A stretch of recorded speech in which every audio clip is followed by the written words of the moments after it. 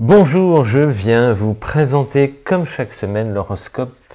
Cette fois-ci, c'est la semaine du lundi 26 mai 2025. Déjà, ça avance à une vitesse, ce temps, je ne vois plus passer. Alors, deux modifications importantes dans le ciel cette semaine, pas une, mais deux, vous allez voir, c'est pas inintéressant, du moins j'ose l'espérer. Il y a Mercure qui vient d'arriver en Gémeaux, un endroit avec lequel il a des affinités naturelles. Et puis dimanche, là, Saturne a aussi changé de secteur, vu qu'il fait son tour en 29 ans, en gros. Quand il change de secteur, c'est pas anodin, hein, j'en ai parlé un peu la semaine dernière, mais je vais vous en remettre une bonne couche cette semaine. Mécanisme important, Saturne. Tous les 2 ans, un quart, un truc comme ça, il change de secteur. Et donc ça modifie pas mal l'ambiance collective à travers la manière dont on gère notre sagesse, pour voir le bon côté des choses. Pour ne pas dire aussi nos frustrations, mais ça nous permet de grandir. C'est ça l'intérêt de Saturne lorsqu'il est bien géré, et c'est toute la subtilité, c'est d'apprendre à bien le gérer. On va y venir. Alors, dans l'ordre, autre info qui arrive dès demain, c'est la nouvelle lune, mais comme je vous ai fait une vidéo complètement dédiée sur le sujet qui est juste à côté sur ma chaîne YouTube, vous allez voir si vous cherchez, je vous ai fait un truc bien dense sur la nouvelle lune, donc je vais l'évoquer, l'effleurer, puis on passe tout de suite sur le cœur du sujet. Donc nouvelle lune, c'est quoi? Soleil et lune dans le même axe, ça se passe mardi dans le ciel, à 3h03 en temps sidéral, plus 2 heures, heure de Greenwich, plus heure d'été, c'est-à-dire 5h du mat, à 6 degrés des Gémeaux, le soleil et la lune seront dans la même orientation vue de la Terre, ce qu'on appelle une conjonction, c'est une nouvelle lune. Donc ça va dynamiser quelque chose qui est déjà dans le ciel présent, c'est le soleil qui lui-même est en Gémeaux. Donc on rentre, ça amorce une très belle dynamique qui va persister encore pendant 25 jours pour mes Gémeaux, mes Balances, mes Verseaux, mes Béliers, mes Lions, qui êtes dans les petits papiers des angles du soleil, qui vous apportent bien dosé, hein, conjonction 60 degrés, sextile, 120 degrés, trigone, qui vous propose, enfin qui vous apporte une sorte d'influence bienveillante en matière de confiance en vous, de chaleur, de vivacité, de passer en Gémeaux, c'est plus vif, hein, c'est logique, hein, plus dynamique, plus mobile, plus adaptable. Voilà, c'est ça les données du Gémeaux. Voilà comment se colorie en quelque sorte le soleil lorsqu'il est dans cette dynamique-là, et il alimente, d'ailleurs c'est fou y penser, ça alimente positivement ceux avec lesquels les affinités. Gémeaux, c'est un signe terre qui a besoin de mobilité, de communiquer, de renouvellement, donc il va bien évidemment nourrir les signes d'air qui sont dans le même élément, et il va alimenter aussi des signes de feu qui sont à 60 degrés, hein. Mon Bélier, il aime bien qu'on lui donne des idées nouvelles, mon Lion, il aime bien qu'on communique avec lui, et puis ça fonctionne dans les deux sens, ça qui est sympa. Donc là, on est vraiment dans une spirale vertueuse.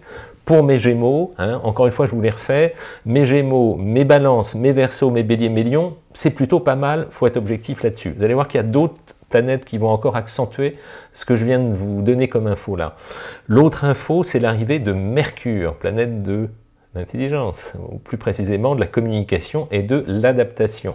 On se souvient de ce que disait Darwin, ceux qui sont, entre guillemets, sortiront dans la vie, hein, c'est pas ni les plus forts ni les plus intelligents, ça se saurait, ce sont ceux qui s'adaptent le mieux, c'est ça, hein, la théorie de l'évolution, adaptation. Donc Mercure en Gémeaux, on ne peut pas rêver mieux, il n'y a pas plus beau, ça n'existe pas, c'est pas possible qu'un Mercure en Gémeaux pour s'adapter, jongler. Après, Mercure en Gémeaux, ils sont tellement adroits, fins pour communiquer, qu'ils sont capables de vous défendre avec une virgule entre les deux phrases, une théorie et leur contraire. On dit parfois trop intelligent pour être honnête. Hein, voilà. C'est le dieu du commerce, de CQFD, quoi. Donc, très belle position dans tous les cas de Mercure qui arrive donc ce lundi précisément à donc ce 26 mai à 1h en temps sidéral, c'est-à-dire 3h du matin. Vraiment au début de semaine, hop, il déboule en Gémeaux. Mais il ne va pas y rester longtemps, parce qu'il est dans une course tellement rapide, hein, dans son périple autour du Soleil, plus proche de nous que nous ne le sommes, nous, la Terre du Soleil, donc il va plus vite dans son cycle de révolution. Il a tellement traînassé là, ces derniers temps dans les signes précédents qu'il repart à toute berzingue lors de son cycle, hein, dans notre champ visuel bien évidemment, de façon très rapide, et il va rester à peine 2 semaines en Gémeaux. En clair, je vous donne l'info tout de suite, il va y rester donc de ce lundi 26 mai jusqu'au 8 juin, à peine 2 semaines, quoi. Il est vraiment dans une phase rapide, parfois il reste 1 mois, 2 mois, quand il fait des mouvements rétrogrades, il revient en arrière, il reste des lustres dans le même secteur, il est posé, il est statique. Là, il speed à mort et dans son signe le plus tonique. Donc très très très bon en ce moment, durant cette quinzaine. Bon, je ne vais pas boulotter l'horoscope de la semaine que je vous ferai la semaine prochaine, hein. Mais au moins cette semaine, gardons à l'esprit que Mercure vient de débarquer dans ce signe et qu'il vient rajouter, en plus de la condition solaire, une véritable disposition à trouver les biais de communication, à affiner les échanges, à ne pas craindre d'aller vers les autres et de redispatcher, rediscuter, remettre à plat, reformuler. Ça, c'est un fonctionnement que j'adore, moi, reformuler. Ça évite 90% des bagarres, des frictions, des tensions. C'est tu viens de me dire un truc, alors s'il n'est pas très adroit, l'interlocuteur, il dit attends, je veux m'assurer qu'on est bien sur la même longueur d'onde. Moi, j'ai entendu ça. Est-ce que c'est ce que tu voulais dire, hein, avant que ça monte en température, ça permet 9 fois sur 10 de déballonner un élément de tension potentiel. Voilà, on va l'éviter. Mercure est là pour vous y aider. En revanche, ah oui, dernier point pour mes Gémeaux, il y a toujours Jupiter. Attendez, oh, c'est le trio gagnant en ce moment pour mes signes d'air, là. Le Soleil, confiance, vitalité, Mercure, le centre de l'adaptation, de la communication, et Jupiter, planète d'expansion, d'optimisme, de positif, voilà. Hein. Et puis mes Gémeaux, vous pouvez souffler, parce que Saturne, qui l'empêchant de tourner en rond quand même un peu, hein, qui était en Poisson, l'a formé avec vous un carré à 80 degrés, c'est un truc qui plombe bien les carrés, hein, ça fatigue bien, il vient de partir, il vient de rentrer en Bélier. Je vous vois faire la tête, mes Béliers, mais il y a plein de choses bonnes aussi, je vais vous en parler plus tard. Donc mes Gémeaux, en ce moment, là, on repart dans de bonnes conditions. Hein, voilà. Alors j'ai eu parfois des cas, je vais jouer les Gémeaux, vous allez voir ce que ça donne de jouer les Gémeaux. Moi je suis une Vierge, je suis un petit Mercurien, mais les Gémeaux ils sont beaucoup plus futés que moi, c'est connu ça, pas de doute. Il y a quelqu'un qui me dit, moi je suis Gémeaux et je viens de vivre une déception amoureuse. Alors peut-être que on n'y peut rien, quoi. On ne sait pas où est Vénus, le contexte de vie, il y a mille paramètres. Et si on polarise en se disant ben, c'est parce que la planète était pas belle que c'est mauvais, c'est mal connaître le sujet. Peut-être que la personne, l'autre, lui, il avait des aspects encore meilleurs. On peut facilement l'imaginer pour le coup. Voilà, c'est une petite intermède à la Gémeaux. Ceci étant dit, il y a également plein d'autres planètes qui sont intéressantes. Il y a pour commencer Vénus. Vénus, l'amour, et là cette fois-ci on va changer, passer du secteur des Gémeaux au secteur du Bélier. Pourquoi? Parce qu'en Bélier, il n'y a pas une, il n'y a pas deux, mais il y a 3 planètes en ce moment en Bélier. Alors à commencer par Vénus, le charme, la quintessence de la délicatesse, du savoir-faire, du charisme, hein, le boulot de Vénus ça. Vénus en Bélier, on sait qu'elle est un peu speed, on sait qu'elle a des coups de foudre, des coups de cœur, des coups des élans, c'est pour ça, d'ailleurs c'est le problème des Vénus en Bélier, elles partent tellement en puissance, en densité, en passion, en entièreté en quelque part, dans leur mobilisation émotionnelle, que plus on part vite et fort, hein, et parfois on peut s'essouffler à un moment. C'est pour ça que, peut-être pas toujours une maîtrise cette position-là, elle s'emballe, elle s'enflamme, elle attaque, hein, elle aime bien la vie, et comme elle aime bien la vie, si l'autre il est un peu plus calme, elle va me le titiller. Pas évident. Mais bon, dans tous les cas, cette position de Vénus en Bélier apporte charme, charisme, facilité, fluidité relationnelle, aisance, toutes les bonnes énergies qu'apporte Vénus pour, attention, accrochez-vous, pour mes Béliers, parce que c'est chez vous et on n'est jamais aussi bien servi que lorsqu'on est concerné, lorsqu'on est chez soi. Très bon aussi pour mes Lions, très bon aussi pour mes Sagittaires. Je vous vois sourire, mes Sagittaires, mais ça c'est normal parce que c'est votre nature, mes Sagittaires, de sourire. Donc très bon pour mes signes de feu, hein, l'amour, signe de feu, c'est pas mal. Très bon aussi donc pour mes Verseaux, 60 degrés en amont, et très bon aussi pour mes Gémeaux, 60 degrés en aval.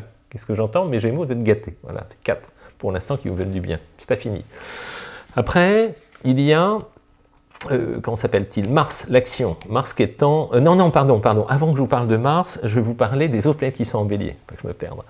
Il y a Neptune qui est arrivé il y a quelques temps en Bélier, Neptune qui crée l'inspiration, l'intuition, le ressenti, le feeling, la délicatesse, la douceur, pas mal pour les Béliers, c'est bien ça. Ça vous permet d'être plus réceptif et poreux, porosité bien évidemment, hein, à ceux qui sont autour de vous. Voilà.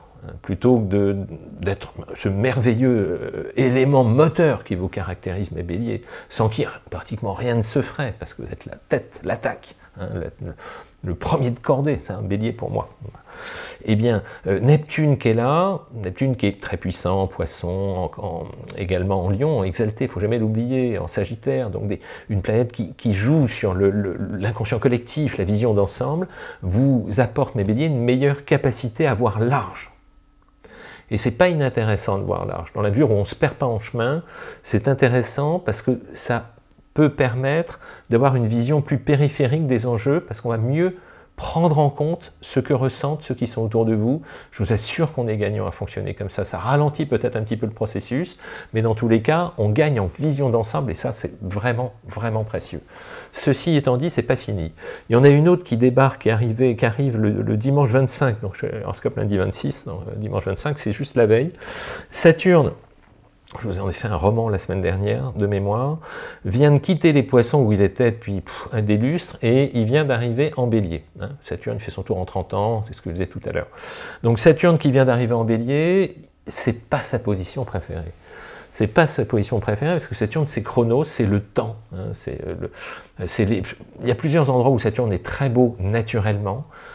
C'est en Capricorne, sa maîtrise absolue, en Verseau aussi, hein, il est très puissant, et en Balance, il est exalté, dit-on, sont les trois zones où Saturne, qui représente la sagesse, le nettoyage, l'élagage, le froid l'hiver, peut-être pas pour les balances, parce qu'on a l'équilibre des saisons, donc il y a une forme de mélancolie qui fait qu'on doit lâcher prise.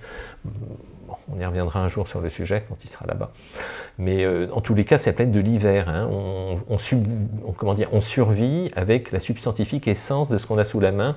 Hein. Dans un arbre, il reste que la sève, et puis les fleurs sont parties. Ça, Saturne, quand il arrive, il engendre ce passage de froid hivernal. Alors, comme il arrive en été, c'est un peu antinomique, mais en tout cas, chez vous, mes béliers, il aura cette incidence de ralentissement.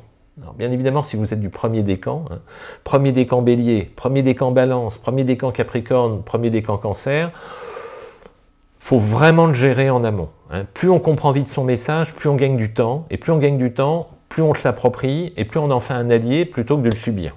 Alors qu'est-ce que ça donne dans le concret ? Cette position de Saturne, elle est fatigante. Voilà.